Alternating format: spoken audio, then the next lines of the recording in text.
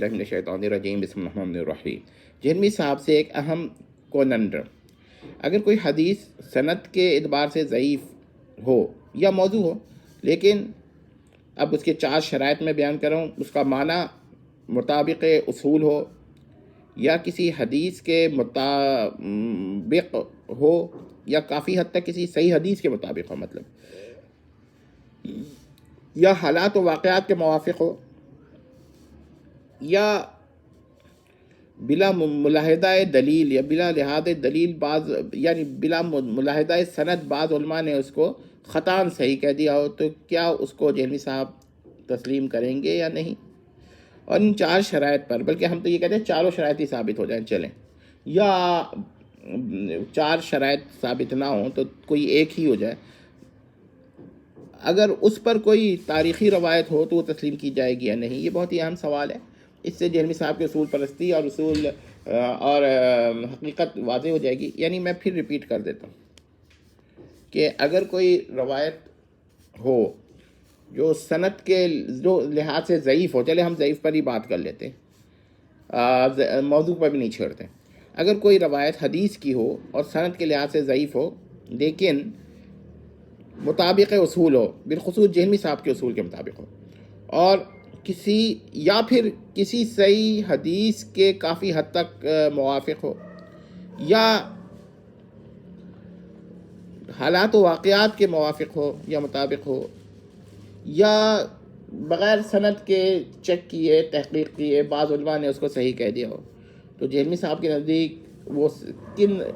صورتوں میں روایت تسلیم ہوگی؟ ضعیف یا مسترد، ہر صورت میں ہو جائے گی۔ اور اگر وہ کہتے ہیں کہ وہ تسلیم ہو جائے گی تو پھر یہی سوال اس کے بارے میں ہے، کیا کہتے ہیں، کسی تاریخی روایت کے بارے میں، کہ فرض کیجئے کہ اگر کوئی تاریخی روایت ہے اور سند کے لحاظ سے وہ ضعیف ہے لیکن اس کا معنی مطابق اصول ہے، بالخصوص اصول جہلمی کے، یا پھر کسی صحیح حدیث کے کافی حد تک مطابق ہے، ٹھیک ہے،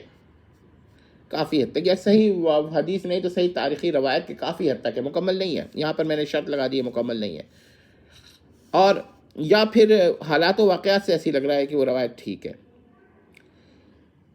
یا پھر بلا ملاحظہ سند بعض علماء نے اسے خطاً صحیح کہہ دیا ہے، تو کیا وہ روایت بھی تسلیم ہوگی؟ اب یہاں 2 صورتیں، یا تو حدیث ضعیف اور روایت ضعیفہ دونوں کے بارے میں جہلمی صاحب کا ایک ہی موقف ہوگا، یعنی کہ حکم مشترک لگائیں گے، اگر اس کو ضعیف کہیں گے تو اس کو بھی ضعیف کہیں گے، اگر اس کو صحیح کہیں گے تو اس کو بھی صحیح کہیں گے، 2 کیسز ہو گئے۔ یا پھر وہ یہ کہیں گے کہ نہیں، روایت تو تسلیم ہو جائے گی مگر حدیث تسلیم نہیں ہوگی، اور یا پھر وہ کہیں گے کہ حدیث تو تسلیم ہو جائے گی مگر روایت تسلیم نہیں ہوگی۔ تو یہ 4 موقف ہے۔ میں پوچھتا ہوں، یہ سوال یہ ہے کہ جہلمی صاحب کا اس میں کیا موقف ہے؟ بہت ہی اہم سوال ہے، اور اس سے آپ کو واضح ہو جائے گا کہ جہلمی صاحب اصل میں وہ روایات کی اسناد کی تحقیق کے منکر ہے۔ ہاں، جب چاہتے ہیں دعویٰ کر دیتے ہیں اور جب چاہتے ہیں انکار کر دیتے ہیں، اور مزے کی بات یہ ہے کہ جہلمی صاحب کے پاس جب سند کے لحاظ سے کوئی دلیل نہیں بنتی ہے کسی ضعیف روایت تاریخی یا ضعیف روایت حدیث کو صحیح کہنے کی، تو وہ اجماع کہہ دیتے ہیں۔ یہ ان کے طریقے ہیں، اور پھر لوگوں سے یہ بات کرتے ہیں کہ بھائی دلیل جو ہے نا وہ صحیح حدیث سے ہوگی، میں حسن اور تک پہ بھی نہیں جاتا۔ غور کر لیں، اگر آپ حضرات کو یہ بات سمجھ میں آ جاتی ہے تو جہلمی صاحب کا یہ دھوکہ بھی آپ کی سمجھ میں آ جائے گا۔ والسلام تمت۔